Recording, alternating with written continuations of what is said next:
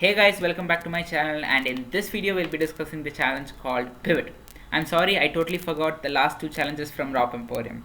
So let's get started with Pivot. And there's one more new category called ARM v5. We'll probably look at it also. And in this video I'll just stick on to 64-bit, and I've already downloaded the file and I've tested the challenge. It works pretty fine. So first things first, run the binary.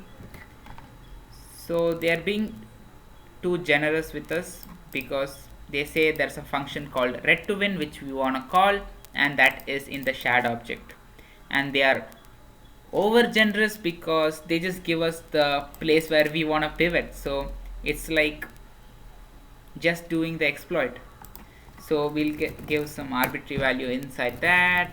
Now, so they are even saying that this is the place where we want to pivot, and this is the place where we have to smash the stack.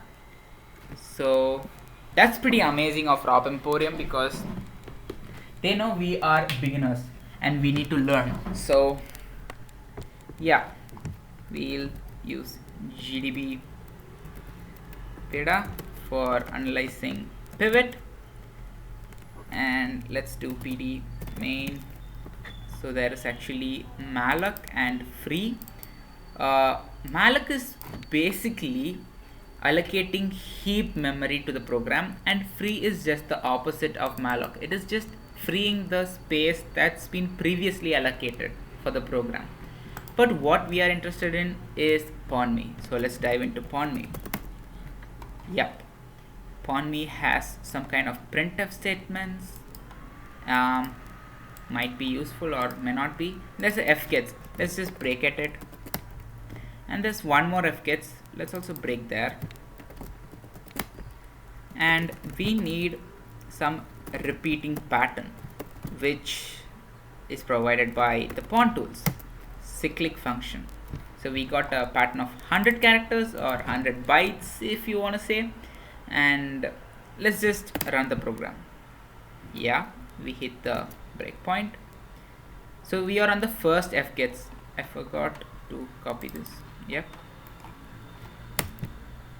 And then I guess the fgets is not so vulnerable because I don't see the stack getting affected.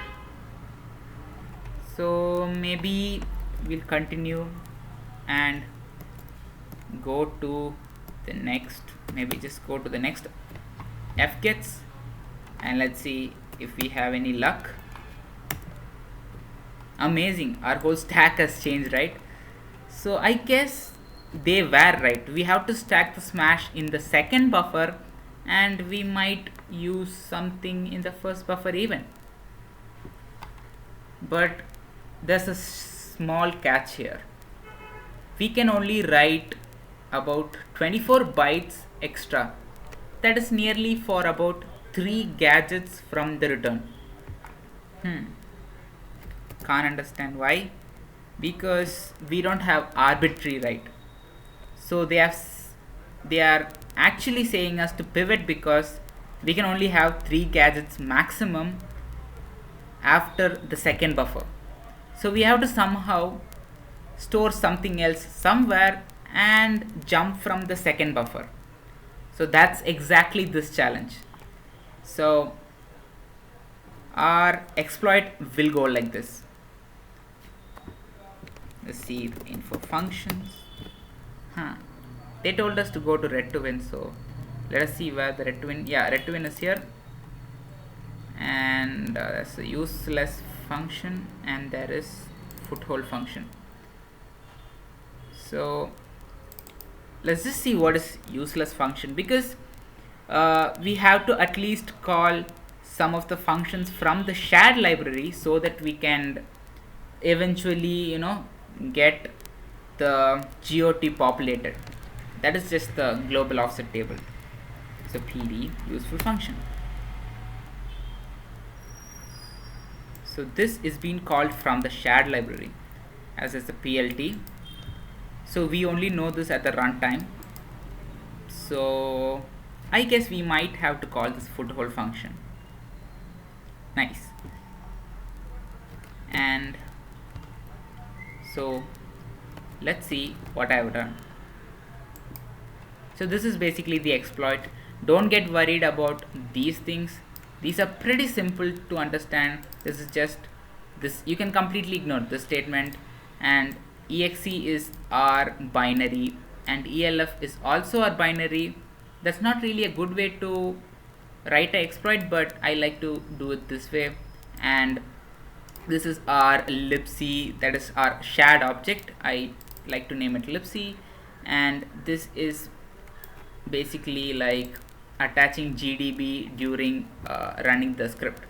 This is actually a default Pawn Tools template. You can even use it. So this is where our whole exploit starts.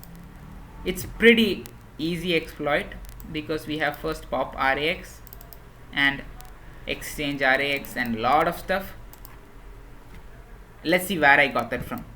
Let's again go to GDB beta for a minute, and let's PD, or yeah, let's just PD on the I saw something, yeah, use full gadgets. Let's see what happens. Yeah, we have a pop RX and RSP RX and the things and so on. So our strategy is to place important gadgets in our first buffer, that is the first fgets, and then we have 3 gadgets remaining in our second buffer. So we do pop RAX, exchange RAX, RSP, right? Because when we pop RAX, we can basically give RAX the address that they give us, and then we can move that RAX to RSP, that is the stack pointer. So when we just change the RSP, the stack pointer, we will automatically be redirected to the first buffer.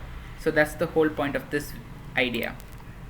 So this is just the gadgets addresses. So this is the GOT, or the global offset table of foothold function, and PLT of foothold function, and I'm just receiving until pivot. Let me just show you why. Because this is the first fgets, or the first buffer. I have divided buffer into 1 and 2. I just want this value, so I'm receiving until pivot, and then I get this value, and I do change the the string format to an address, and I just print the address. That's what this line means. This just means integer, converting this whole integer and of base 16, and the buffer address is just, I'm converting it into Little Indian with the help of P64, the Pawn Tools default function. And so this is the first buffer, this is the second buffer. Actually, I guess I have written it in the reverse order, but yeah, we all get the point, right? So this is what we give in the second address, because we have vulnerable gets in the second buffer, or the second fgets. So we give this to the second and this to the first. So let's see what happens. So first is 40 bytes. We write 40 bytes. So that is going to be our offset till the return address. So in the return address, we pop RAX, and inside RAX we fill in the buffer address, and then we do an exchange RAX. Basically, in this case, exchange RAX is nothing but exchange RAX RSP, changing the stack pointer to what is in RAX. And that's all for this buffer. So this is what we pass in the second fgets, and in the first fgets we basically do the PLT of the foothold function and pop RAX again, so that we can populate RAX, not populate, but we can make RAX equal to the foothold function. And then we basically do a move of RAX and arrayx, which basically means arrayx is going to contain the address of the foothold function.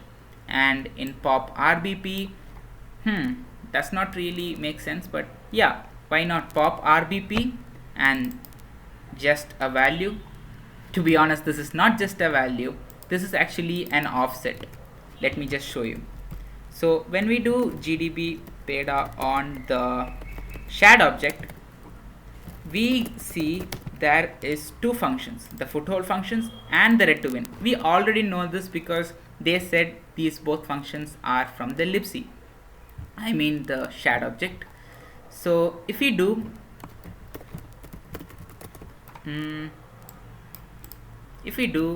this, oops, ipython is just in interactive python.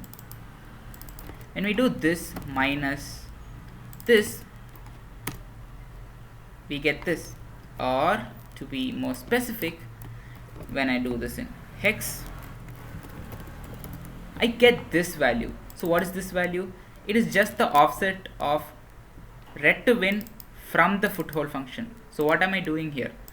I am making p2 as the foothold function because I at least want to run once so that I can populate the GOT.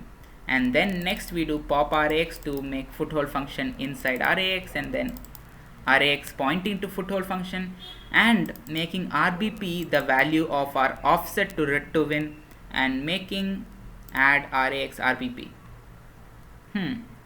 Add arrayx rbp. It is just adding rbp to arrayx.